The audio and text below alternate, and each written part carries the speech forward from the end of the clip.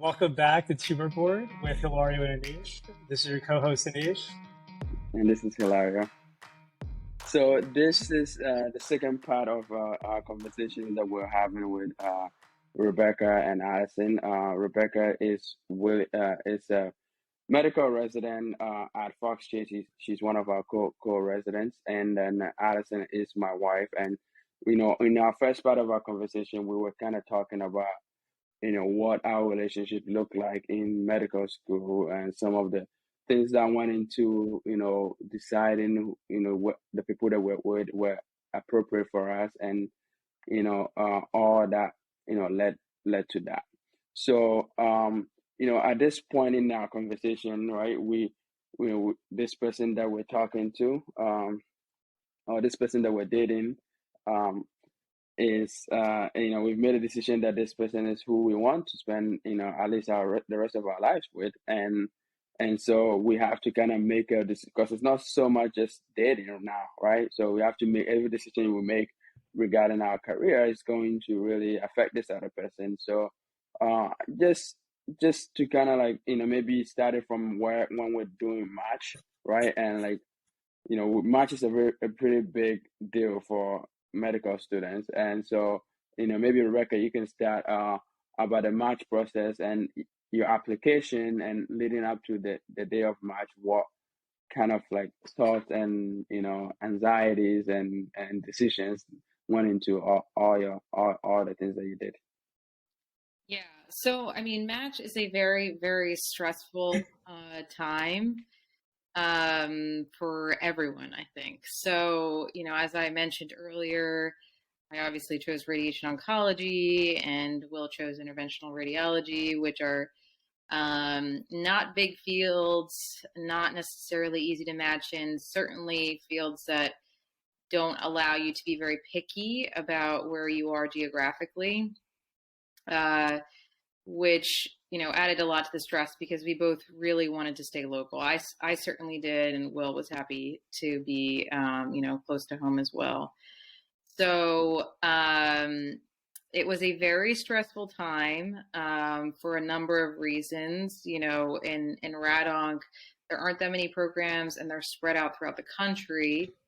So Mhm. we had to continuously, we had to wait to see where I was getting interviews so that Will could piggyback and, email Texas and say, hey, my, I guess we were girlfriend and boyfriend at that time still, but, um, my girlfriend is interviewing here.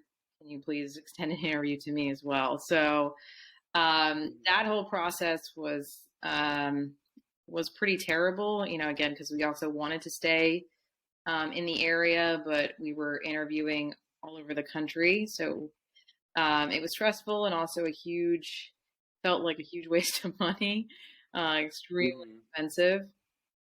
Mhm. And then coming together and putting together a rank list, I had heard stories from many couples that found that to be extremely challenging, and deal breakers, actually, for a lot of Oh, people. wow. I think, yeah, because you really are forced to submit a list where you say, this is my first choice. Are you willing to make a sacrifice for your first or second choice? And that can be very, very hard. Um, Especially, for us, the way it worked out was, I believe he might have had more interviews in the Philadelphia area, but so our location preference was Philadelphia first and then New York, but I had a lot more in New York than he did. Mm. So, we had to make the decision of, essentially his one New York program with my five, and then you skip to whatever, South Carolina after that. So essentially, Mhm. it's hard because you're basically saying, if you can't match in that one New York program, then I forego, all five of these Everything else. programs that I liked more than whatever, South Carolina. Um, but I think the key always 100%, I think, with any relationship is communication. Mm-hmm. So, coming before that whole process, realizing that we both needed to make sacrifices, we both needed to communicate about, what was really important to us, and what we were willing to sacrifice, was crucial. So I think, it was stressful, but we communicated well through it. We were sick to our stomachs, of course, but we survived it. So, and it worked out. Luckily, Right. obviously, both ended up in the Philadelphia area. So this was really a true test of your relationship. I mean, you said really wonderful things about your relationship and William and all that, and then fast forward a few months, you have to decide whether you can forgo your top choice if William doesn't match in that area, right? Yeah, 100%. It's definitely a huge sacrifice, and I think,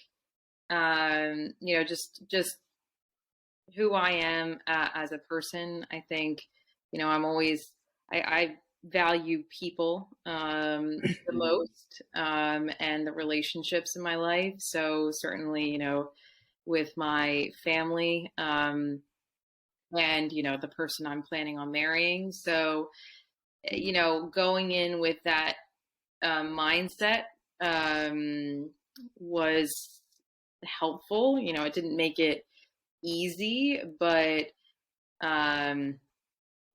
it's just something that we were both very willing to accept. So, again, it's not that we didn't take deep breaths and sighs as we were putting our list together, and express Yeah, that certain things were painful, but at the end of the day, we didn't resent each other for the rank list we submitted. gotcha. That's very good to hear. But that's something important for medical students to really think about. It is probably important to define your relationship, a few months before you get to this match process, because you don't want to be dealing with a relationship breakup while you're also figuring out your match. I feel like that would just add to the stress. So it's probably important to kind of talk about your relationship very intentionally, and before you get into the match process. I mean, and that's just my 2 cents on that. So what about you, Allison? I mean, I was going through the match process, but I feel like, a lot of my decisions also kind of was hinged on what you also wanted out of our relationship. It wasn't just me making a decision about about my career, and then you kind of like going along because you were also, doing your PhD program, right? You're about to start Right. your PhD program. Yeah. So, can you talk a little bit about that? Right. Yeah. So ours is a little bit different because we were already married at that point.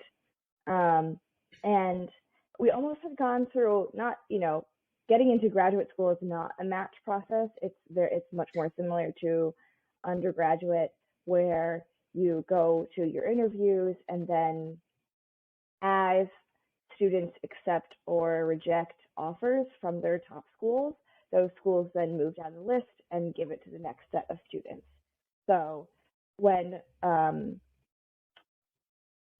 when we were engaged was when I was going through the interview process and getting accepted to graduate schools.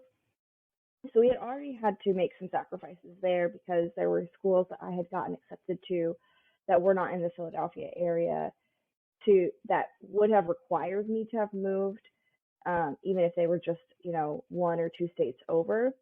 I would have had to have lived uh, on campus for at least a year to to be able to attend those schools, and so I had to let a couple of acceptances go by in order to be able to make that commitment. So we had already had that experience of somebody having to make some career decisions based on the other person's availability. The match process was different in that Hilario had so much less control than I did. I had the option not to go to graduate school that year and just get a job and take one more year. And that's not really something that sounds like an option to medical students. It's very much that this is your match day, and it's kind of sold as like your It's wedding day now or almost. never. It's now or Now never. and Yeah. then. And whereas I could email my schools and say, especially to the Philadelphia schools, like, you are where I want to be. There's other reasons why. Could you extend an offer sooner rather than later? And get an email back from an individual person. There's so many rules around Match where you're not really supposed to talk about this kind of stuff, and it seems very it just is a very different process than any other job or any other school application. So it felt very much like we have to play a game where Hilario has to rank schools that, maybe he didn't feel were going to be places that he wanted to be or he was going to succeed at higher than places that he wanted to be at because they were in the Philadelphia area. And then that would be it. That would be the decision for 5 years or for all of his training. So that just felt very much like the biggest hurdle was kind of giving up that control of, there's a lot of other factors here other than just what's best for us as a couple. Yeah, I mean that certainly was a very stressful time for me as well, and that feeling of it's now or never. I mean that is, looking back now, that's not true. So if there's some of you, for a variety of reasons, that cannot match in the year that you're in, that is not the end of the world. There are many other avenues, there are many other options that are available for people. So we certainly do not want to say that you have to match the year that you're graduating med school and other stuff, because we know that life happens and there are other things that people have to deal with. So but looking back, that's kind of the mentality that we're all in, and the pressure that is put on us and we put on ourselves, and some of it is good, some of it is also not necessarily healthy. So yeah, I just kind of wanted to um, have that disclaimer in there for you guys listening. Allie, you were already in your PhD program, right, during this process. So obviously, it's so important for Hilario, like you mentioned, to find a program in that area. How did you two kind of cope with that stress? Because, like you said, I mean, it's at some degree totally out of everyone's control where you kind of land up. I think part of how we coped was just channeling some of that energy into house searching, because if Hilario matched in Philadelphia, we didn't want to waste much time, getting settled, getting a place, and this was 2017. No, sorry, 2019. So pre-COVID, the Philadelphia housing market was just such a nice place to be for a buyer that it didn't feel very wise to let that opportunity to go by. So I think part of it was that we added more stress because there wasn't anything else. It just felt like there wasn't a lot in our control, especially because I'm a little foggy as to how long between when he submitted his rank list and when match day was, but it was a couple of weeks. It might have been a couple of months, and you can't do anything. It was between September to February. So you submit your application in September, you do interviews maybe starting November, and then by February everything is ready and you match in March. Like, it's such a crazy 5 Stressful months or time. so. Yeah. And I would say that part of the ways that we coped was that we watched a lot of Chip and Jojo, right? Joanna Gaines and Chip. Like, they have what's the show name again that they have? Fixer Upper. Fixer Upper. So part of that was that we were obviously like hoping that we'll match in Philadelphia and then be able to get a place here because the market was good and it makes sense at that point for us. So we watch a lot of that and then go to random open houses to just kind of like look at what we might like, and try and like have a house that we like on standby. I think, would you say that? Because I feel like we did quite a bit of that, and I got to know a lot about shiplap and all that Yeah. kind of stuff. Shiplap especially. Yes. Yeah. Yeah, yeah, yeah. And Uh, like specifically the anxiety around what do I do if Hilario matches somewhere not in Philadelphia, because Mhm. I had not um I had not met I had met, the first couple of standards of the PhD program, but I was at a turning point at the end of my second year where that third year was all about, getting candidacy to actually be a PhD defender in a couple of years. So that year was a make or break year, and it wouldn't really make sense um, to start putting all that effort in to that candidacy if we were going to have to move, and or if we were going to have to do long distance and try to do something weird like that. So rather than trying to think through all of those what ifs, because again, like I said, there's such a lack of control, it felt very good to focus on what we could control, which was what kind of, what color paint do you like? And would you rather an open or closed stairwell? That kind of thing just felt good to like get your mind off of the things that were really out of our hands at the time. mhm, mhm, mhm. Mhm. So, Rebecca, on the medical side, can you tell us a little bit about why you picked radon? Because Anish and I kind of went through an episode where we talked about our reasons for medicine, radon and all that kind of stuff. But why did you pick radon? And do you feel like the decision to pick radon particularly had anything to do with how you wanted your life with William to be like? So I found out about radiation very late, in the middle of my third year, and I actually have Will a little bit to thank for this. I think it's both of us Mm-hmm. actually. There was a fair, or whatever, the career fairs at Mm-hmm. Temple, and they sent out a list of all the specialties that were going to be there, and radiation oncology was on the list, and I'd never heard of radiation oncology. Um, Right. I looked it up, and I told Will that it seemed like something that might interest him, so he should go and check it. That's so funny. Because neither of us were 100% sure what we wanted to do. Mm-hmm. And he ended up meeting the program director at the time, which is Josh Meyer, wonderful Josh Meyer. Uh-huh. And Will went, and he was like, I actually think you would like this field. That's so adorable. Yeah, so he got Josh's contact information, and I continued to read about it, and I was like, I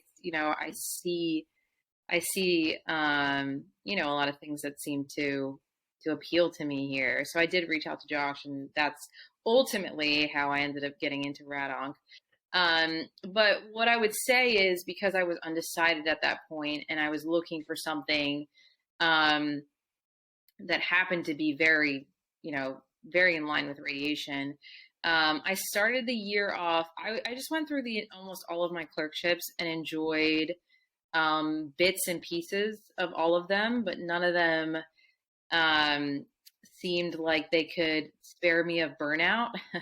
So, I really enjoyed, Gyn-Onc, actually. That was my first rotation, OBGYN. I really liked the relationship the oncologists established with their patients, and how specialized they were. That stuck with me. I really enjoyed psychiatry, actually. You really get to spend a lot of time getting to know your patients there. Um, I went through most of my rotation in medicine, and there were aspects that I really enjoyed about medicine. And I think the second field that I liked the most actually was surgery. I really liked doing something, a procedure, following something through in a short period of time, and doing it intensely. And I really enjoyed the anatomical aspects of surgery as well. So I think just combining all of my interests, and the fact that, again, you're essentially giving an intervention, You're following your patients very closely when you do. You're working with a multidisciplinary team. You're extremely specialized. It was just by far, the field that made the most sense for me. So I found it very late, but ultimately glad that I did. Did you ask me another part? We all, Yeah, I think the second part, yes, I think the second part of the question was that did was that decision, like, to go into Radon made in part on how you wanted your life to be? Like, was work-life balance a thing that factored into, that decision as well? Oh, definitely. I don't think I realized until going into residency how much um, it is important, though, because Right, right. I was deciding at some point between surgery and radiation. I wasn't actually, though. If I'm being honest, it's just radiation. My rotation was last. As you know, it's Hmm. basically your first rotation as a fourth year. So if I, for some reason, hated it, which I was not anticipating, I was had my schedule lined up for surgery, but luckily I liked it just as much as I thought I would. So Yeah, it definitely had a say. Um, but again, I don't think you realize how, Will went into a surgery intern year. So hmm, you don't realize, and now he's doing interventional radiology. I don't think you realize how much work-life balance is important until you have it right. taken away. So, Hmm. especially, as you get older in residency and you have a family, not Yeah. working nights, not having to sleep in the hospital, um, Hmm. not being expected to go in long hours over the weekend. Those things are just invaluable. So, again, it went into play, but really not as much as it probably should have. But ultimately, luckily, the outcome was good. Yeah, yeah, yeah. I remember because a lot of your the trajectory about what you wanted to do kind of aligned with mine. Because I remember meeting you around the same stage you were in, and saying, "Hey, yeah, I kind of like surgery a little bit, but not really. I kind of like Mhm. this a little bit, but not really." And I read about radon, and I think it might actually be good for me, but I don't know anything about radon. And so it was good meeting you. I think was it Dandelion? That's where I probably met you. One of the restaurants in the city, right? Yeah, yeah, and then Yeah. we talked about it. It's like, and then you were kind of telling me about all the great things that you like about Radon. I was like, okay, wow, yeah. Sold. I mean, I'm like in the same boat as um, her, so maybe I should take a stab at it. But yeah, that's a good recap on it.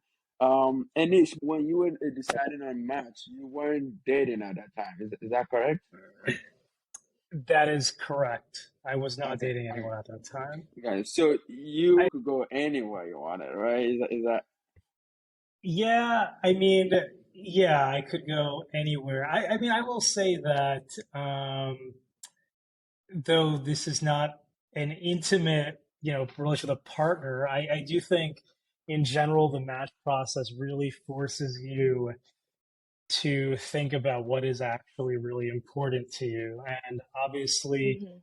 like Rebecca, you alluded to a lot when you were going through the process, like you really have to prioritize that relationship with mm-hmm, Will. And I will say, I took a gap year, and so when my original cohort was going through the match, I went to match day just to kind of support my friends. mm-hmm, Um, and being an observer, it was a really interesting experience. Everyone else obviously very emotional, like all the students. mm-hmm, I was, happy, excited for my friends. Um, but I also know that when the match, results were released, there was a lot of excitement. Some people were really, loud about their excitement, and other people, were very sad and crying. And, I know there was a couple couples who they unfortunately did not match. Mhm. They made couples match, but they didn't, for whatever reason, didn't land up where they wanted to do. I know of a couple who ended up not couples matching, and then they ended up really far away places, and it just kind of the realization that their relationship is over, really hit them. So it's definitely a real stressful time, and I sympathize with people going through that. Mhm. Yeah, I think one of the big things about this, even if you're single, right? I think the big thing that our dean was having on was that you have to have a plan B, and you have to talk to the people that are important to you about what ifs, right? And when people are talking about something that you haven't been through, you're like, yeah. But it just became so crystal clear when I was like stressing out about what I would do, what my plan B was. So, I started like looking up, what else is closer to Philadelphia, right? What else is uh um easy for me to fly from, right? To Philadelphia. If my wife has to be in Philadelphia and I have to be in Minnesota or something like that. Like, all of that kind of stuff just kind of really rushes in, in one sitting, and then you just realize, oh man, it could go like from one extreme to the other. Do you guys, Rebecca, do you remember match day? Allison, do you remember match day? What was the emotions going into match day? I certainly do. Yeah. I mean, I have a video of it, unfortunately, but luckily, again, it was happy. It was a happy ending, but Will, I would say, was ballsy and video recorded me opening my envelope. I Oh actually wow. didn't go to Temple on match day. I went to Penn because that's where my sister was. Um, Hmm. so me, my sister, and Will were all at Penn. I um, I knew how Temple did it, which is, Hmm. as you guys know, because I know you went to Temple's match day, um, Hmm. where they give you the envelope and it's like the New Year's Eve countdown. And that to me Hmm. was an extremely stressful thought because, Yeah. as someone who witnessed it for, a few years, not everyone is happy. So, the whole balloon drop and all that stuff, it just wasn't for me. Just Mhm. because, again, you see half of the people are screaming because they're happy and half the people are screaming because they're sad and they're crying and they're running Yeah. away. Penn did it a little bit differently. So they called people up and gave you the envelope and you could just leave. Or just Mhm. go to your own little corner and no one's looking at you. Everyone's doing their own thing. So Yeah. I preferred that, which is why I actually ended up going there. But Mhm. I was certainly, my heart was in my mouth. So it was, Sure. it was very, very Sure. stressful. So did you get a letter from Temple and then have them send it to Penn, or how did that happen? Because I know that people that move to places like, to do their match, and somehow they get their letters there. So how did that happen for you? You just request it from your med school. They can send it anywhere. So I Okay, just said, can you send mine to Penn? And they did. So, gotcha. yeah, it doesn't have to be at your specific med school. Hmm. Hmm. So both of you were in some ways like Hilario geographically restricted, and you were couples matching. Um, how did what can you tell current students on maybe kind of how to get that edge in the match process? Rebecca, you mentioned like Will would send emails to programs when you got interviewed somewhere. Were they receptive to that? And Hilario, did you maybe email programs and tell them like, "Hey, my significant other is doing a graduate program in Philadelphia"? What would you say to current students? So I would say that certainly it does not hurt to reach out. I would say that it's actually necessary. So if you're very interested in a program, or you don't get an interview at a place you really want, you absolutely should contact that program yourself. And if you're Mm-hmm. If you have someone that can contact the program on your behalf, that's even better. So, my mentor, I spoke to, um, and let him know that I wanted to interview at certain places and hadn't gotten an interview.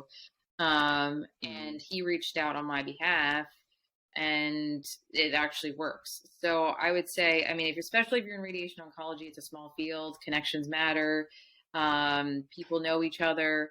So Mm. certainly any sort of personal contact is extremely important.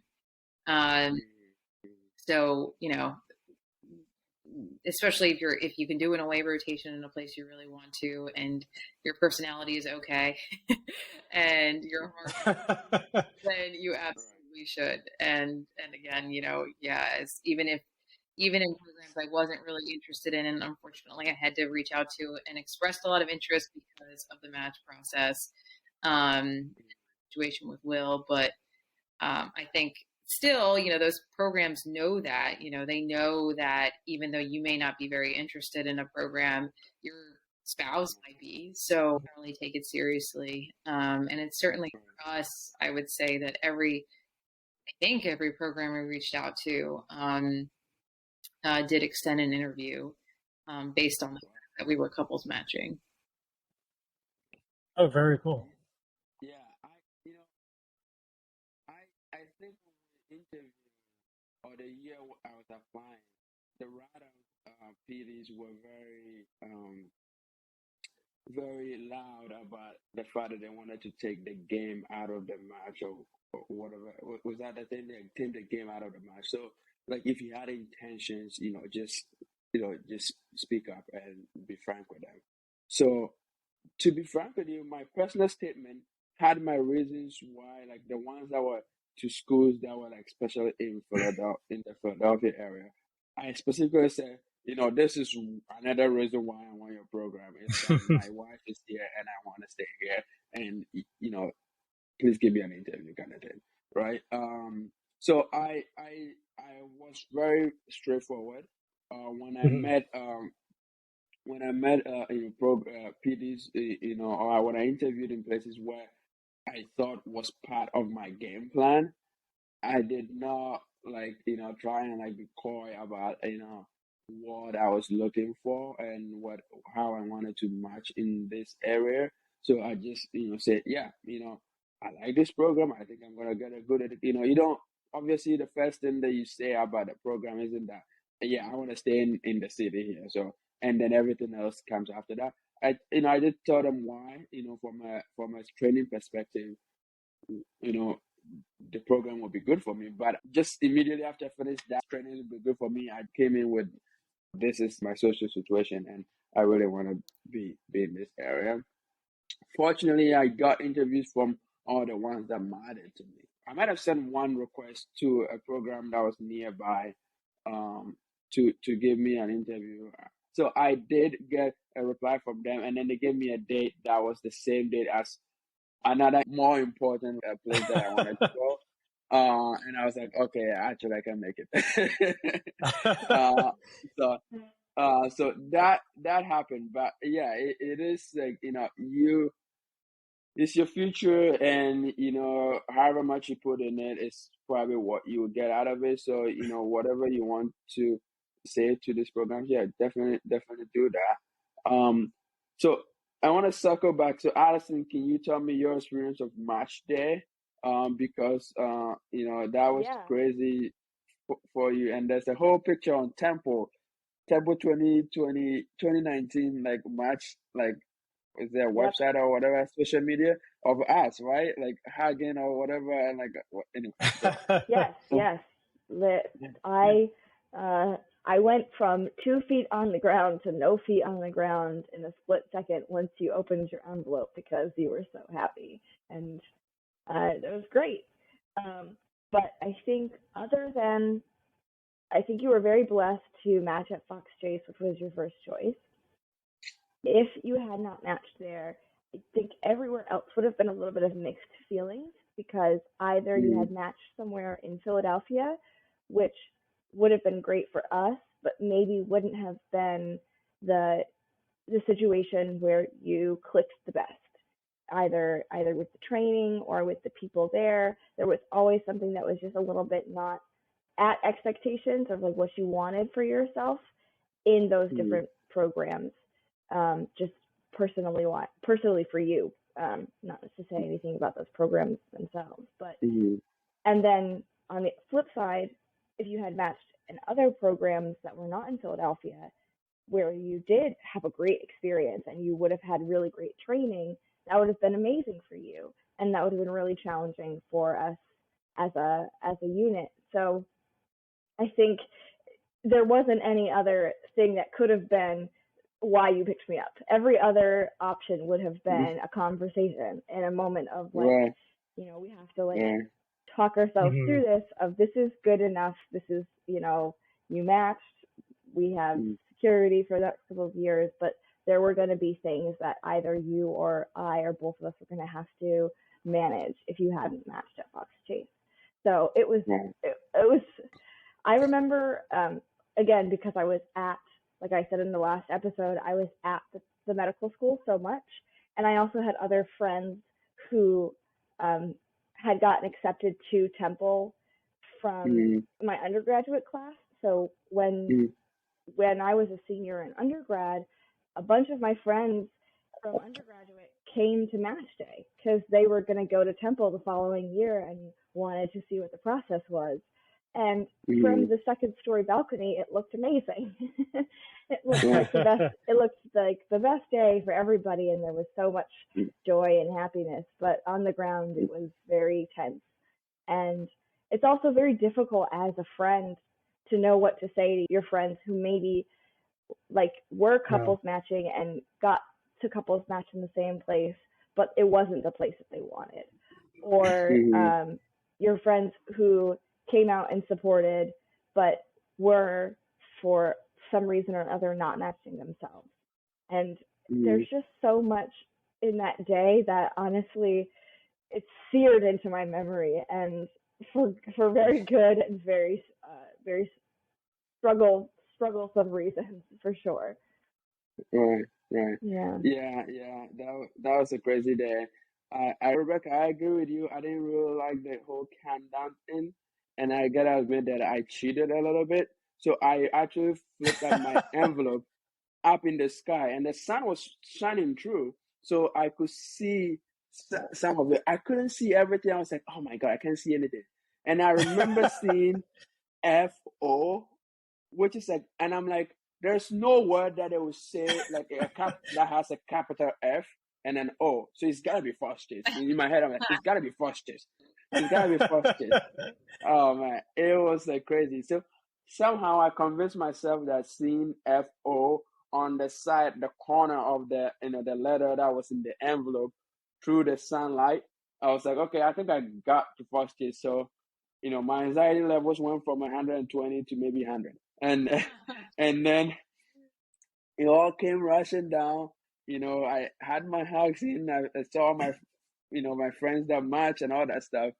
And then 15 minutes later, I was like texting our realtors, "Hey, can you put in the offer for the house that we said we like?" It was just a roller coaster of like emotions. We texted our realtor, and then I texted my advisor, because I wanted him to know that I was like committing to his lab. I was staying in his lab for the next couple of years. Right. He could plan on having me as a student. So those are the two people who got text messages right away. It feels like your life is no longer on pause, right? And things are can finally start and start. So right now we can gonna go into residency. We can talk a little bit about our relationship, what our relationship looks like now in Radon. And Rebecca, you also do have a kid, but we can maybe go more about that in like another episode or something someday. But just relationship, what it looked like in intern year, and then what it looks like now. So I would say for us in radiation, things are much more stable. So, doing a traditional year or even a medicine year, and then going to radiation, which is entirely outpatient based, It's much more, I would say, of course, there are some days, where we have long hours, or rotations where we have long hours, but it's still much more predictable. I'm married to someone who did a surgery intern year, which was challenging. Very, very long hours, all sorts of night float, weekends, constantly. So that was extremely challenging. I would say obviously it's more challenging for him. And because of, how we did our match, he has to commute, um, about an hour or so, or he did when we were living in Philadelphia, an hour to his hospital. So, it was very challenging, a very challenging time. And then, Mm-hmm. in IR, it goes, you do a surgery intern year, and then you do 3 years of diagnostic radiology. And that was pretty good, because Mm-hmm. it's similar in the sense to radiation. Actually, I would say it's actually uh, better in some ways because it's shift work. So, you know, Mm-hmm. you like us, sometimes we get caught with patient issues or urgent issues, or, we have to do contours in the hospital because they're a pain in the butt to do at home. And Hmm. diagnostic radiology, at least, from what I experienced with Will, is that you really are, you're within a half-hour window, where you sign out a study to someone. So that was wonderful. And now we're in interventional radiology years, the last two of fellowship. So it's back to basically surgery Mm-hmm. type of hours.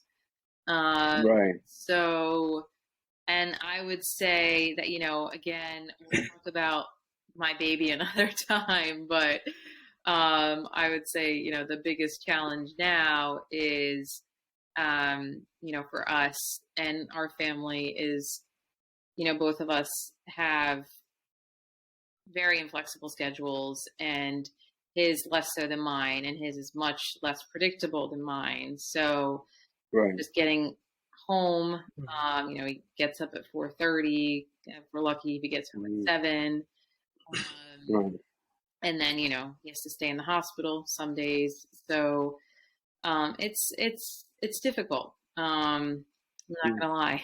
Rebecca, how often would you would you say during intern year, as you both did intern year at the same time, um, were there long stretches of time where you felt like you never saw him or never spent any quality time with him?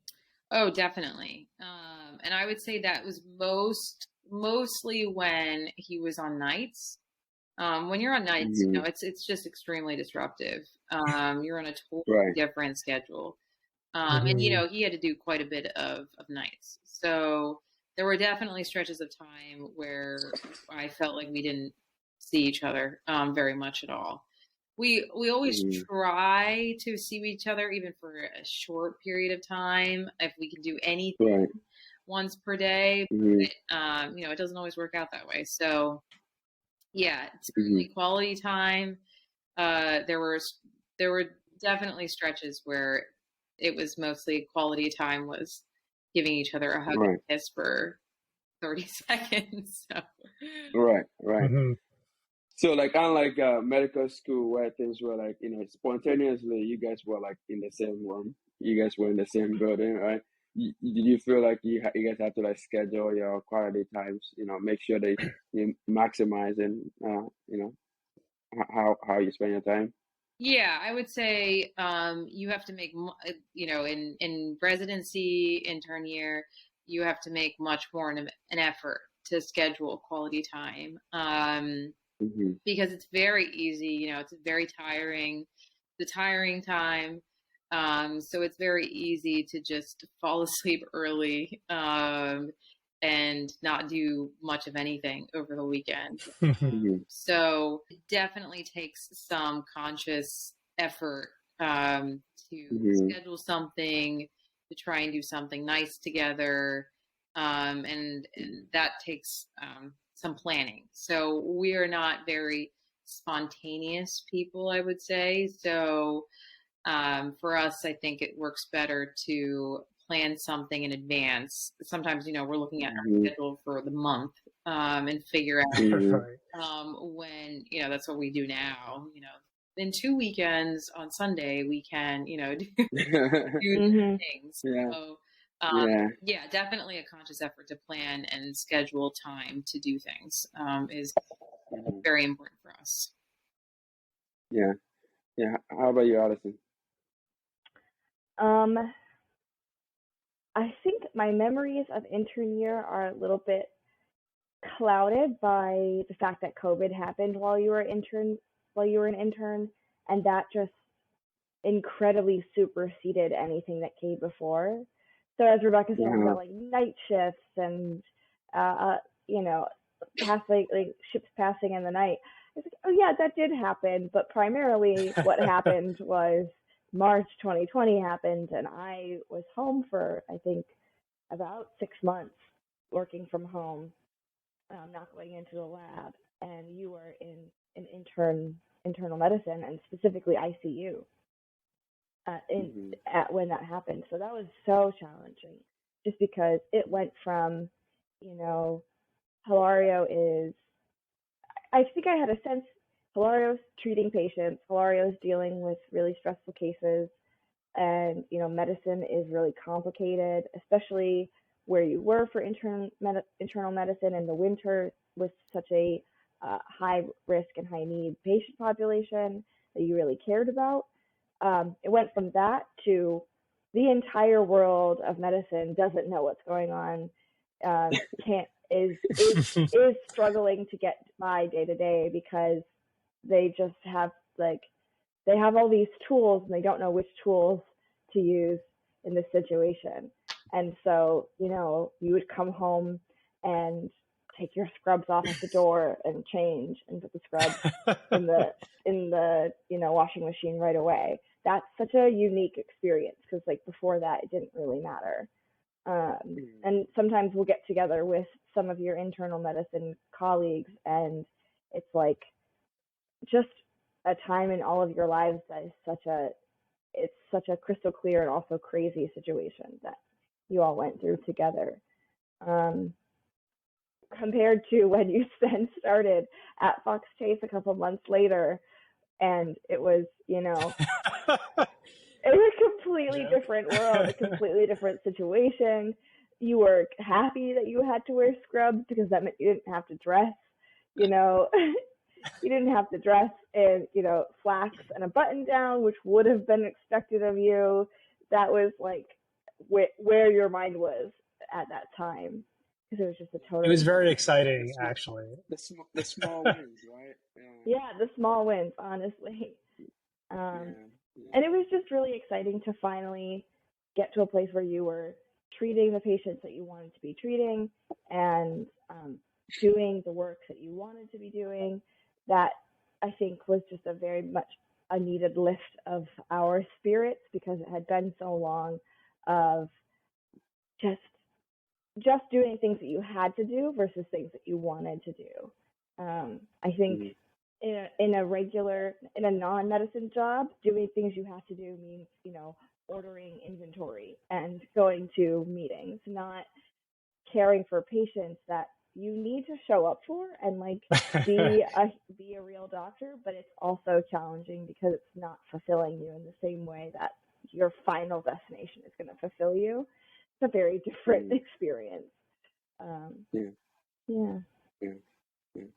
I think during COVID time, I mean, there are a lot of times where you because you do, very basic science, right? Like you talk about how you guys are probably the backbone of a lot of what we do in medicine in terms of the medications and drugs and all that kind of development. And I always be roll my eyes or whatever. But then when it got to the COVID period, when actually we're reverting back, we're going back and saying, hey, you guys in basic science, what do you have?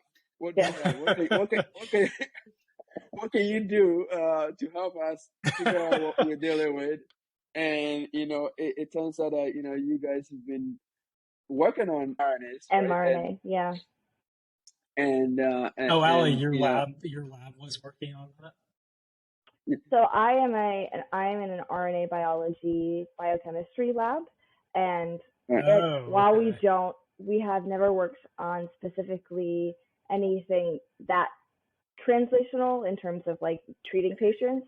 A lot of the stuff that went into making the vaccine is very related to what I do day to day. So yeah, it mhm. was. I had a lot to offer Hilario at that time. Right. And so like yeah, and so like she talks about it and I was like, okay, well, this is very relevant to me now. Yes. It's not back when I was like, yeah, but I know. It's like you're doing like you're like working on some protein that has some weird name and like I've never seen that before, you know. Yes. Uh-huh. Yeah, but anyway, and it just all like it was a good time and probably a humbling time for doctors as well and for me personally, just like oh yeah, this is very relevant. But I guess like in terms of our relationship, part of it was that we also got to spend a little bit more time during the pandemic time. It was stressful, but like in the times that we weren't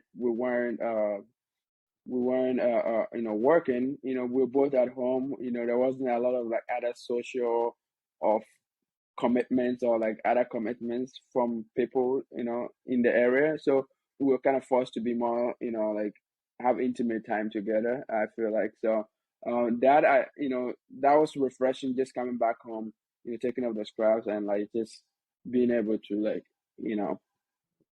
chill and like, relax with you.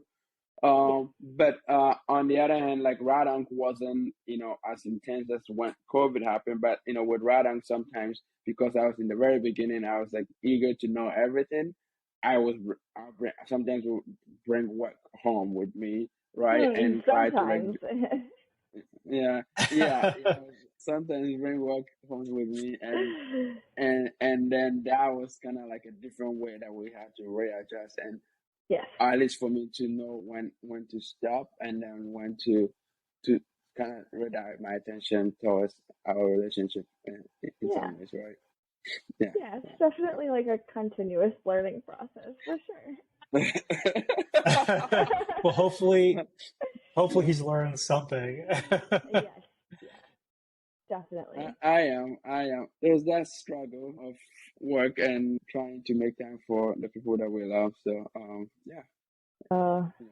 Rebecca, since Will has now been in interventional radiology, like back to kind of a more rigorous schedule, um, what have you been doing to, make sure that you're able to kind of spend time with him, and make sure that your relationship is still where you want it to be? Well, that is an everyday, every hour working process, Anish. Okay, Because tell me more. I would just say it's very, very hard. And again, I know we're not going to talk about having children, but it gets so much harder after you have a child. So, part of what I personally struggle with is, intern year, for example, we didn't have any kids. Um, so even though he was on a very rigorous schedule, no matter what, if we have a Saturday, Sunday open, it's a date night. We're going to do something, Mhm, whatever it may be. Now, we have a baby. So what we struggle with is that because, we work all week, and there are sad days where he doesn't get home in time to see her before bedtime. So he's gone days without seeing her, um, which is it is emotionally draining when that happens. mhm, And so when you get to the weekend and there's a day where you could potentially spend quality time together, you feel very guilty because, hmm. you know, you Hmm. you should be spending that time with a child that you haven't been seeing all week. right, Um, right. so that is something that I think, is going to be a continuous struggle as he finishes his residency. Um, I do think that, again, we will be sacrificing a lot of alone time or date nights specifically, in the relatively short term. But, to do family events or, go out with our kid, as I was telling you guys we did today. So I think that part is very challenging once you have Mhm. children. Will's really lucky that his partner has in a residency with a better schedule. I mean, if you did surgery, I don't know what was going to happen. Oh, we wouldn't have children. Not just for you, for anyone. This is Maybe why that's true. this is Maybe why that would be true. Hilario, he's lucky all the time. Does he tell you this, Allie, that I tell him how lucky he is all the time? He does. Because it is very nice. And, once you have kids, to have someone with a little bit more of a flexible schedule, or there's hope that you could get a job or something of the sort that allows for a more flexible schedule, which medicine does not allow. And I also think too is that, when your partner is also patient facing all day long, you probably spend, I know that my experience with Hilario, especially this year, because this is the research year, so he's not seeing patients every day, his empathy, his capacity for emotional engagement has really increased at home because he doesn't have to spend it at work. Well, it's just, everybody has a certain amount of, caring for people that they can do in a certain day. And when you're in a career that requires you to do that for people, whether that's teaching or that's medicine or some other very, caring career, you have so much less in the tank when you're at the end of the day than somebody like me, where I can go a full day without talking to anyone because that's the nature of lab work. Sometimes I don't have to care the way that you guys do. So I can imagine being in a partnership with somebody who is also in such a caring position at the end of the day, two very close to empty tanks a lot of the time. Mm-hmm. Yeah, Right. definitely. That's Definitely true saying that. Yeah. So I think just to kind of final question for you both, what would be your advice for someone who's considering getting a medical student or resident, or someone who already is a medical student or resident who's in a relationship? What would you say to them on kind of how to navigate it? I mean, I would say the key always is communication. So it's so basic, it's so simple, but the people that I saw really struggle through relationships in medical school and even in residency really lacked, I would say, effective communication. So that would be my take home advice. You better, there's really no excuse, there we have cell phones now, so communicating about where you are, what you're doing, and what your plans are on the day to day, again, short term, long term, it can all be done. So yeah. Yeah, simple but not easy, right? It's not easy. Mm-hmm. It's not easy. Mm-hmm. Mm-hmm. Yeah, I would second that for sure. I would also say, coming from the non-medical perspective, it's two things. One is being independent, just because a relationship with somebody in the medical field requires you to have your own life. You can't sit around just waiting for them to come home, especially if, I feel very fortunate that Hilario's hours are predictable, but if I was with somebody who had a surgery hours and would potentially be available at 5:30 and potentially at 8, you wouldn't know until you're in the moment. You can't just sit around for 3 hours waiting for them. You kind of have to have that ability to like have your own life, so that you have something to offer when they get home. It's like I didn't just sit here for 3 hours. And then also like letting the idea of the 50-50 in a relationship go, because there are times it's never going to be each person giving 50% to the relationship. There are seasons where it's 40-60, there are seasons where it's 10-90, and that's as long as the average is close to 50-50 over a long period of time, you're in a healthy place. But it's never a good idea to expect that, especially in medical school and early residency, when you can't predict how next month is going to go, or 2 months from now, because you're going to be in a different rotation. You're going to be treating different patients and stuff. So just having that flexibility is important. Awesome. Wise words from wise ladies. Yeah. Yeah. Okay, so Anish, you're the single one amongst us here. Is there anything that you were looking for in a prospective partner, or like anybody that you would like to date?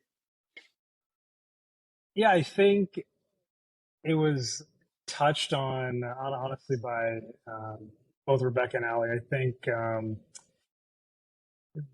having a partner who is understanding of my work in terms of the schedule. Sometimes, I can't predict days, or sometimes I have to prep for things for the week on the weekend, whether it's chart prepping or making food. I think I live alone, so all the chores myself, and I think that does take time just out of my day. And I think also what Ali said, that sometimes patient your patients require your empathy, your attention, and you just kind of want to come back home and unwind a little bit, maybe a little bit alone for a little bit of time. I think it just requires to be. I just want to be with someone who is understanding of that. Yeah, that's good. All right, guys. So this has been a very wonderful conversation. I've learned stuff about my marriage that maybe I forgot, or maybe I did not even know.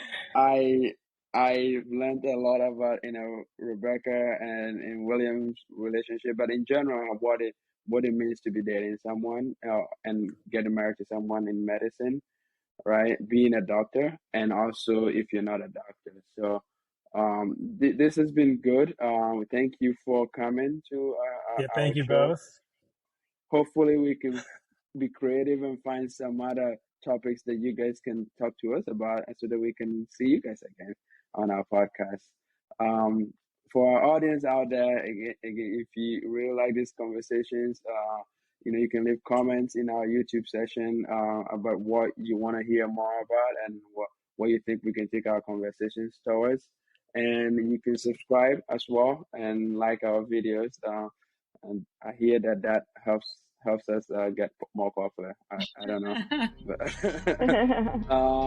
but anyway, thank you for listening to our podcast, and we'll see you guys next week.